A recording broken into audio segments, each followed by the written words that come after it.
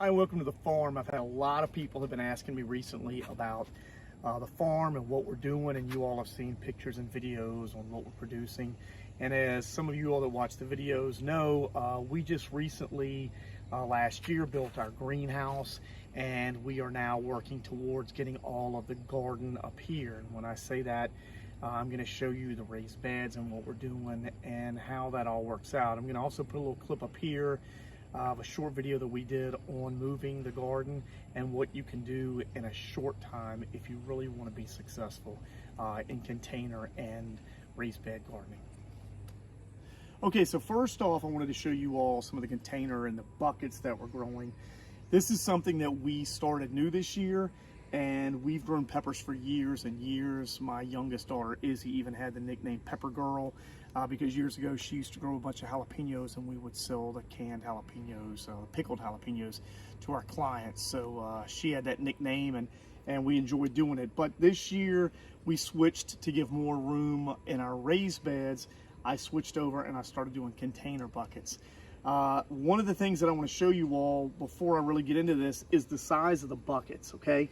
These are basically 1.5 gallon buckets. I've had a lot of people that have come back to me and said, hey, you can't grow anything in a bucket unless it's a 5-gallon bucket, yeah. I want to just show you all briefly that you can. So these are jalapenos. We've got roughly 25 of those. I just want to zoom down, let Savannah zoom down, and I want you to look at the size of the jalapenos. Okay, now when we're going through this, you can see here, I picked this morning. I probably should have waited, but I picked this morning, but we are loaded. We're loaded with jalapenos in here. This is nothing more than some compost and some native soil, and that is it in here. And then I let the grow, everything here's been grown from seed in the greenhouse, but I just top dressed with compost. There is absolutely zero synthetic fertilizer on any of this. So I want you to look down through here. You can kind of see, I'll walk down. This is a cayenne that we have. I've had a lot of requests for these. Some of the ladies in our hometown have asked, and you can see they're coming along, but they're not quite ready yet. These are the reds. These are our jalapenos, all down both sides. But here's something that I really wanted to do a lot of the video on. These are our Thai chilies, okay? Now we save these, right there. We'll save those every year. And that's all this is. This is from, I grew 6 plants. I want you to just look at the abundance of these. I haven't picked these today because I wanted you all to see just how well they do. Again, zero synthetic fertilizer. When you get back into this, we've got Ghost. You can see these. Okay, there's our ghost peppers. I've got 1, 2, look at this monster right here. That'll light you up. That one will definitely light you up. I think we can get that out of the shade. More jalapenos, more ghosts. So 4 ghost, 6 Thai, 1 cayenne, 25 jalapeno. And then this is a variety that I'm trying this year that's been very slow coming on. And these are called Red Rockets from Johnny Seeds. I'm still on the fence with them. I think they're going to do good because Johnny's, not Johnny, I don't know him personally. Johnny's has incredible seeds. I like to use them. They support veterans, and I'm really big on that. But they are just so slow to come on, and they are at the same level as these. And you can see the Ghost, which are hotter. They like a hotter temp. They are just way ahead. Now you can see right here, here are some of them. They are a form of cayenne. I'm just not, if you can see that in the shade, I'm just not really sure how well they're going to do. We've got a lot of blooms. They're tall. I'm really anxious to try these because I want a good anchor cayenne. And if I could get them from Johnny's, I would like to. So we've got 1, 2, 3, 4, 5 of those. Now we get back here. I took a trip to Trinidad a couple years ago for a fish sandwich, and I fell in love with the scorpions, the peppers when we were there. So I went ahead and grew a couple of those. They've had a little bit of trouble. I'm not really worried about it because we're either having Sahara desert weather or monsoon weather. So we've got some of that. I'm not worried about it. And they're tropical. But again, they're not putting on yet. But you can see, Savannah, can you see the blooms, all of the different blooms? So I'm very anxious about that. Outside of our pepper plants, we have all of our tomatoes. And this is my first year with the buckets. I don't know if I'm gonna do the buckets again. These are not 5 gallon. I still don't think that has anything to do with it. The biggest thing that I have noticed about doing any type of these container and these bucket plants is this. I've gone to a couple of friends' houses that do a lot of bucket planting, and they just lay the synthetic fertilizer to them, and they put down a water soluble, and I look in the bottom and I see all this money just running out where they are putting too much synthetic fertilizer in. It's only going to go, you know, this far and come out. I know that may sound like common sense, but there's a lot of people just overwater. So if you have bucket plants, you're gonna have to put something in, like I top dress all my stuff here with compost. You're gonna have to top dress it with compost or put you down some tomato tone organic. Tomato tone is great for it. And then I'll use blood meal and bone meal, but if you are gonna use a water soluble, you really need to make sure that you don't water too much or it's gonna come right out the bottom. Different varieties, and I'm running into this. You know, someone give me a comment on this. I think that this is we've had 2 or 3 like this when we did it traditionally in the ground. But what I'll do with this is I'm gonna cut it at the bottom. I'm gonna put a cucumber in, and I'm gonna be done with it. And then the cucumber by the end of the year will come up. You'll see too, I did another video on tomatoes and buckets. I do my onions, they're still up. We're gonna be pulling these pretty soon. I'm going to visit some people, and I'm gonna take some onions to them. So we've got that. That is, these are all my indeterminates. Over here, we're doing a little bit with some citrus, and I have a Mora blood orange, I have a Meyer lemon, I have a kumquat, and I have a Siberian lime. These are doing great. We got these from a nursery y'all have heard me talk about called Twigs in Starkville. My daughter suggested them, and I'll tell you, one of the best nurseries I've been to, from knowledge to selection to just overall good quality. Twigs in Starkville. We got those. My daughter and I grew some avocado. Again, the weather has just been crazy. This one is the one I think I'm the most proud of.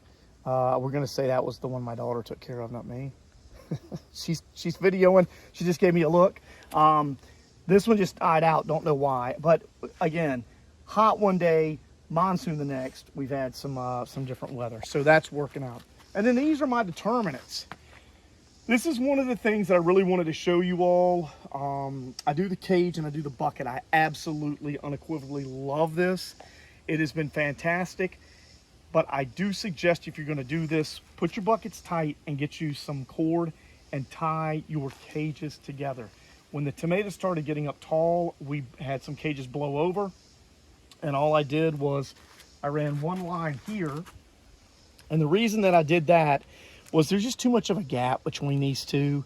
And by the time you get the tomato where you want it, you break them off. So I started doing that. I took a vacation. We had some cutworms come in and do their business. But I have absolutely loved these, and I'll put a description below. I got these seeds from a friend of mine. They're from Johnny's. They're BR549 or something. I don't know. They're just a really good tomato. And I absolutely love these as well. Okay, welcome back. We had to stop because it was so hot today that we were out here filming 3 hours earlier. The phone actually overheated. So that should tell you kind of the heat volume that we've got down here and how the bucket plants still look. I was telling you a little bit about the string that we put in. When you put the buckets this close together, if you're going to do container planting, and you tie all of the cages together like this, you can see they're not blowing over. So this is something that's really good. Some people may say it's a little bit too close. I've not had any problems at all with that. So something to think about. One of the things that I didn't say earlier I want to touch base on with the peppers is this. All of the pepper plants are perennials. So with having a greenhouse, everything that you see right here, okay? Everything that you see right here, even the tomatoes, they can go in the greenhouse and we will have tomatoes all the way through. All of these will be taken, or probably the best ones, will be taken into the greenhouse, and we'll have tomatoes well into the fall. But all of these pepper plants, I'm gonna pick the absolute best ones, and really all of them have done fantastic. I'll take them in the greenhouse, I'll trim them back a little bit. We'll have peppers until easily Christmas. But if you don't have a greenhouse, don't hesitate to take these and just put them in your garage. They don't, you know, as long as they're out of the frost and they're not getting down to sub-zero degree weather, a lot of people and friends I know, they even put them in their basement. So just keep that in mind.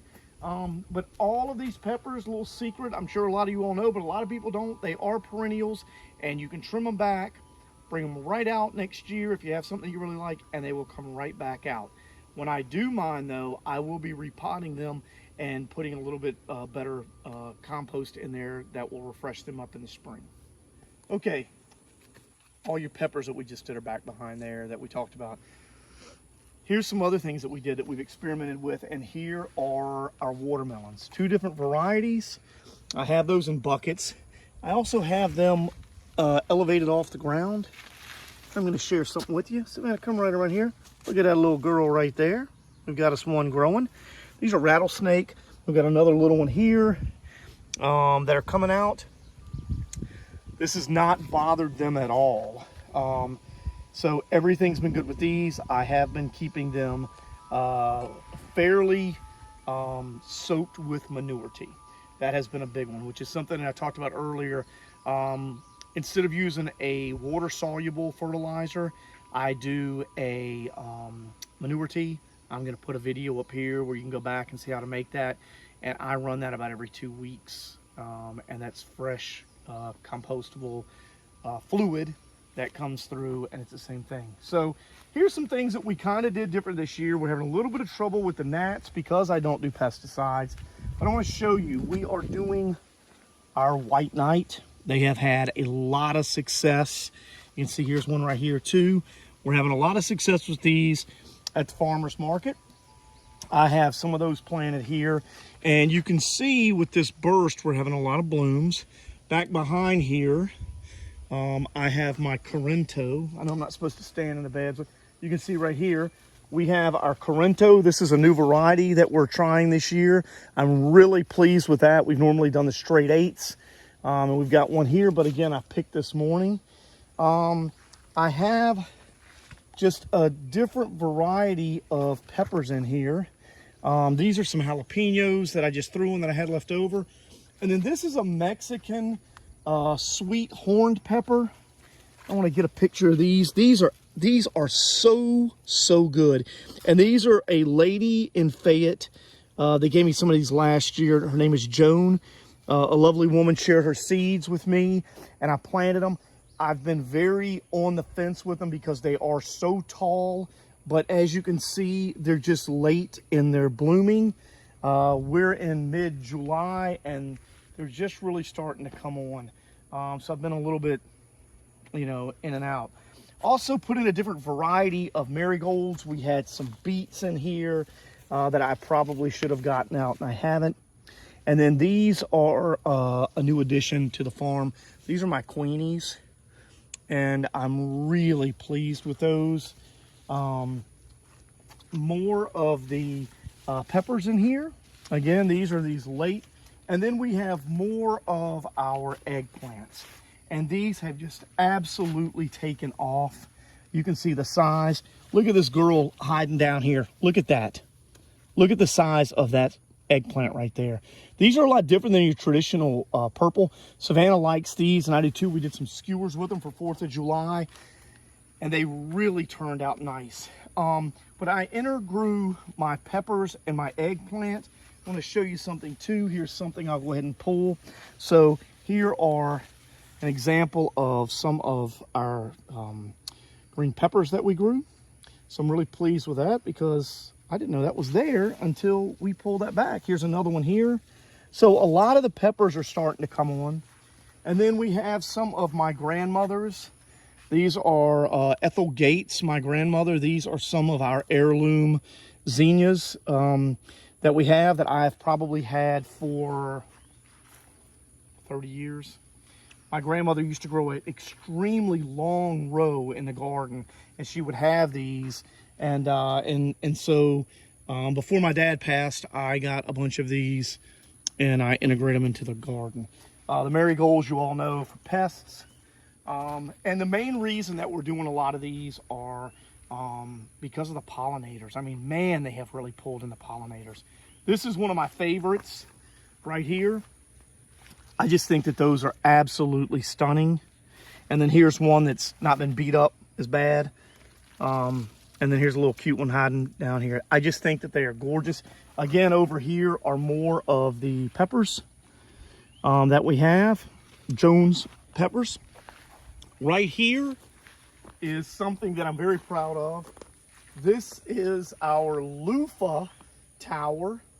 And a lot of people say that loofah are hard to grow. I want to show you just how simple these are.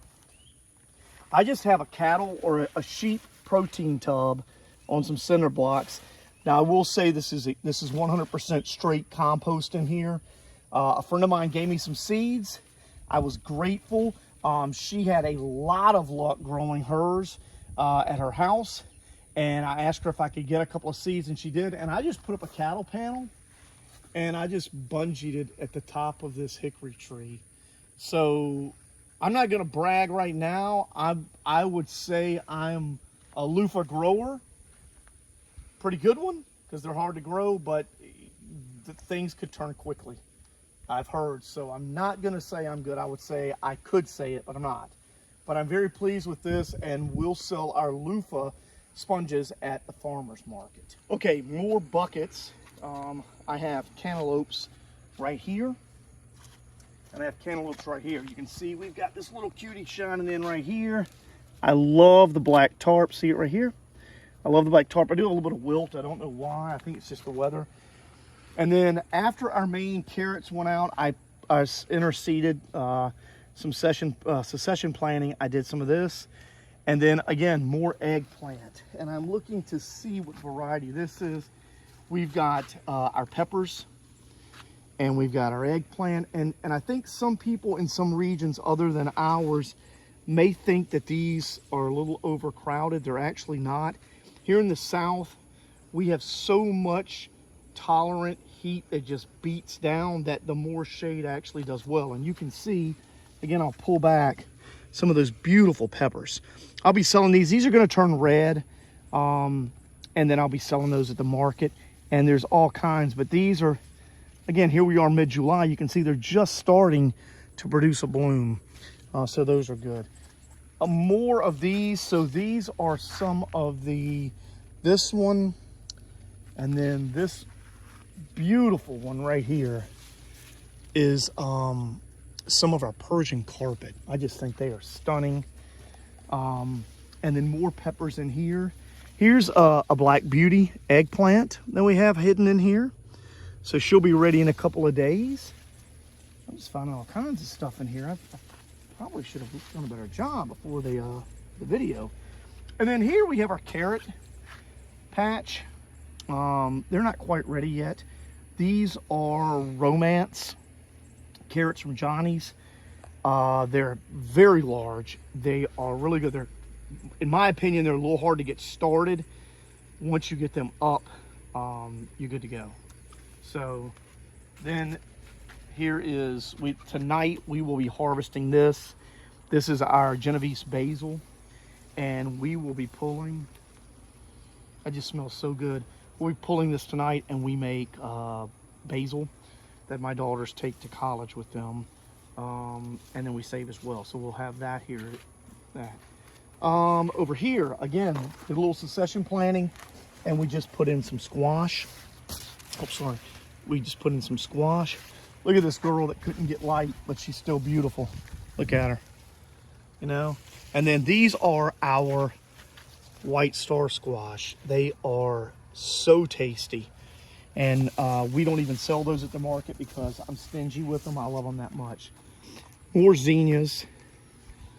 Our banana peppers. We have quite a few of those with some people that love those, and I grow those for a couple. More of these gorgeous girls. And then we have the eggplant. Just looking to see if there's anything here.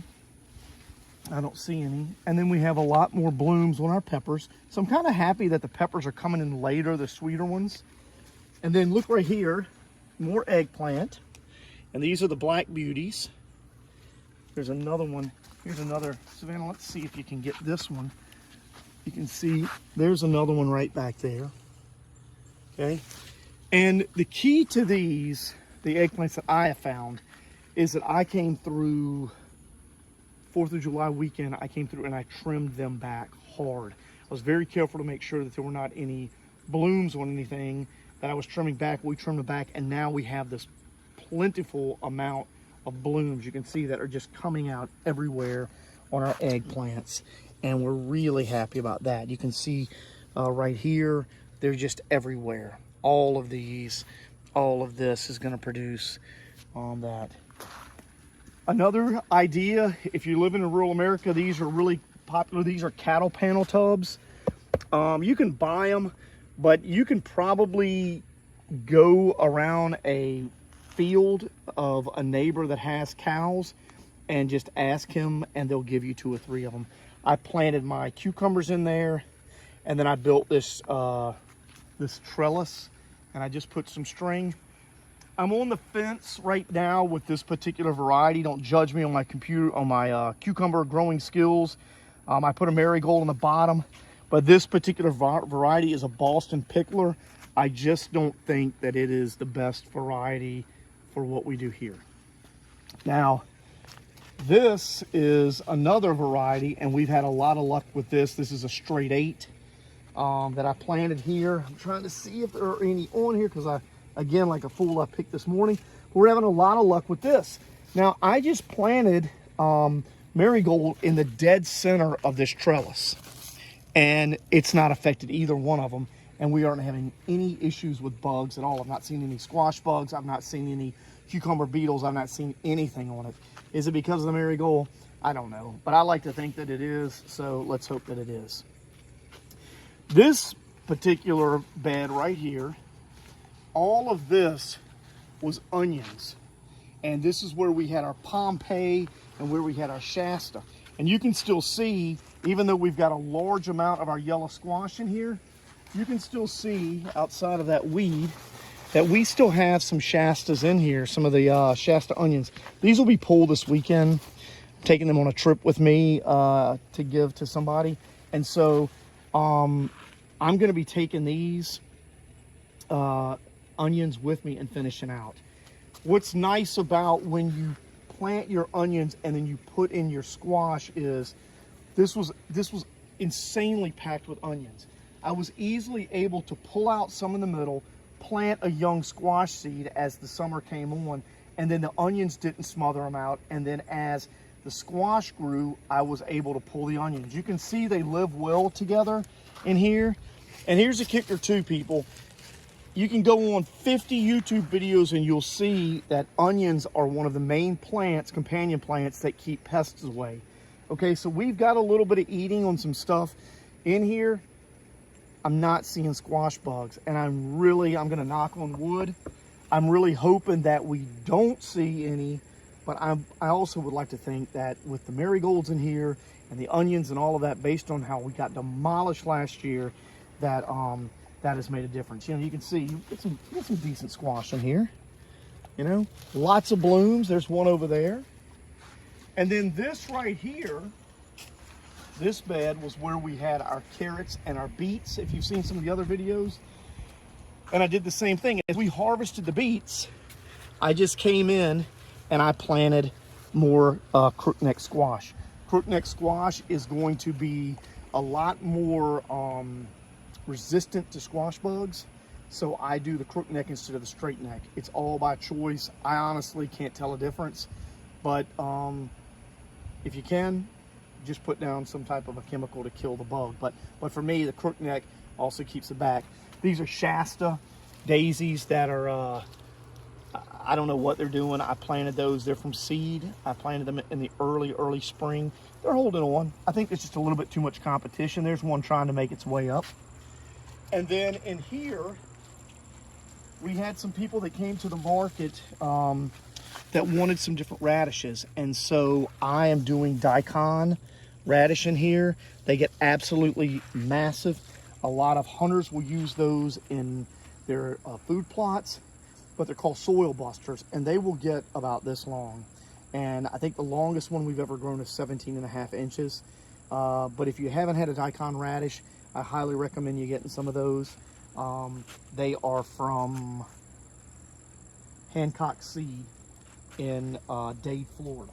Okay, one more thing. Here's something circling back around to the cantaloupe. See, we've got the cantaloupe right here. More tubs. You can see, show you this too. Here are our bell peppers. As you can see, they're coming on really good. Now everything is kind of mixed together. So, you know, carrots, eggplant, marigolds, peppers, eggplant, all of these zinnias are all through here. And you can look and see the crowded is not affecting anything. There are blooms everywhere, okay? It's really good to keep this stuff tight. The marigolds are right up underneath here. Here are the tubs I was talking about earlier that I'm using too. I've just got some simple beet in here. I just threw that in there just to see what it would do. And then if you have a garden and you're not growing this plant right here, I highly recommend it. This is called borage. And you can actually eat that. I'm gonna show you. And get it, look, you can just right in your mouth. Has a little bit, you can eat the leaves too, but that tastes a lot like a cucumber. It's delicious. I threw an extra pepper I had in here. That's coming along. And then these are Park Seeds American Giants sunflowers. Love these in the garden. Love these. Here's another one of our squash plants I threw in here, actually 2 of them. It's very odd how just this little bit, they're not doing quite as well as they were. This is actually what the squash plant of this is zucchini. And I've pulled 2 this morning off, but it looks a little ratty. Maybe some straggler Japanese beetles. Here, we did an experiment this year. I put more borage in. And I go, again, if you have a field and you've got some of this, I shared this with a buddy of mine, Jim Carlo. You can put this in. This is a self-seeding pollinator. It is a wonderful plant. If you can't grow borage, something's wrong. You can see how it is just falling over down here. These are Russian mammoth. So these are different type of sunflower. These are Russian mammoth. And then this right here that you can see, okay, that is a sweet potato. And it's coming all the way down here. And my daughters and I just grew that from a sweet potato. So we just took a sweet potato, stuck it in a wide mouth mason jar, let it root, and then the slips started to come up. After they got a decent size, we cut them, we rooted those slips, put them in the ground. It's a fun experiment. I'm always willing to get the girls out here to do stuff like that. So we've got that, and I think that's it for the vegetables. I do want to show you all our flower beds that we've worked on. This is our flower bed and our upcoming carrots. I've got, again, some things that we tried this year.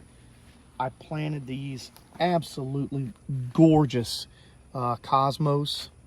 And then we've got their third cousin, the purple one over here. We have some of the sunflowers that have already bloomed. And I had an older farmer tell me one time, you can tell when a sunflower is getting ready to be harvested. And it is because they are bowing their head and it's time to chop it off. So I always think about that when you know it's going to be harvested. We've not harvested it yet because we don't know what we're going to do.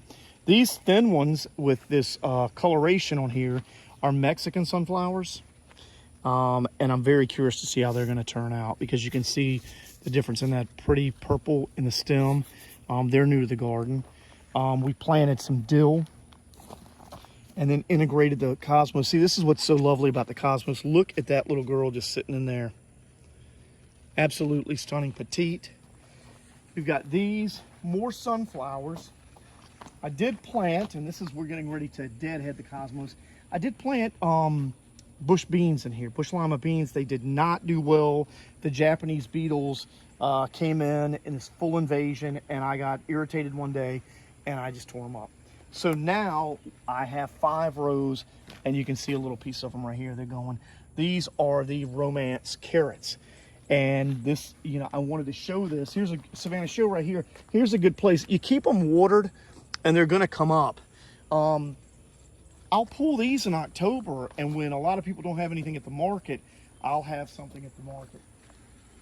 Over here we have more banana peppers. This is our herb garden. I have our banana peppers. Probably need to pull those. They look pretty good. I have my oregano. This is Greek oregano. I just the other day came up here and pushed more sunflower seeds in the ground. Don't be afraid to do that this time of year in July. Just come up and take some sunflower seeds and put them in. We have more of, you haven't noticed, I love my zinnias. This is a trailing rosemary. I absolutely love that as well. It is really nice to have when you don't want to have to cut a big thing. I've got the boxwood basil. This is from Mississippi State. We purchased that in a horticulture sale. More of the zinnias, sage. This is Russian sage in here. That's over here. We have a butterfly weed. That's not doing as well as I thought it would, but it's hanging in there. And sunflowers, again, you can see where they're just poking up. I just came and just stuck them right in the ground. The zinnias, the queenies. These are the queenies. I think that's a pretty color. Marigolds. Here is a Shasta. Here's one of the Shastas that I planted from seed. It's starting to come on good. And then we have our thyme. That's right here. And then our purple cone flowers. We're pretty happy about those. The deep rose, and I think that's the deep rose closed flower. And more basil that we'll be cutting. So this is our garden. Everybody's been asking me, hey, we're seeing what you're doing at the market or some other videos on YouTube. Can you give us a tour of the garden? Hope this didn't take too long. I did want to go through and show you all that we have. Questions or comments, put them below. If you have any questions about any of the seeds, I always have somebody at the market that says, where'd you get those? Do not hesitate to put a comment below, send me a message, and I will get back to you. Have a great day, and I hope you've enjoyed the tour.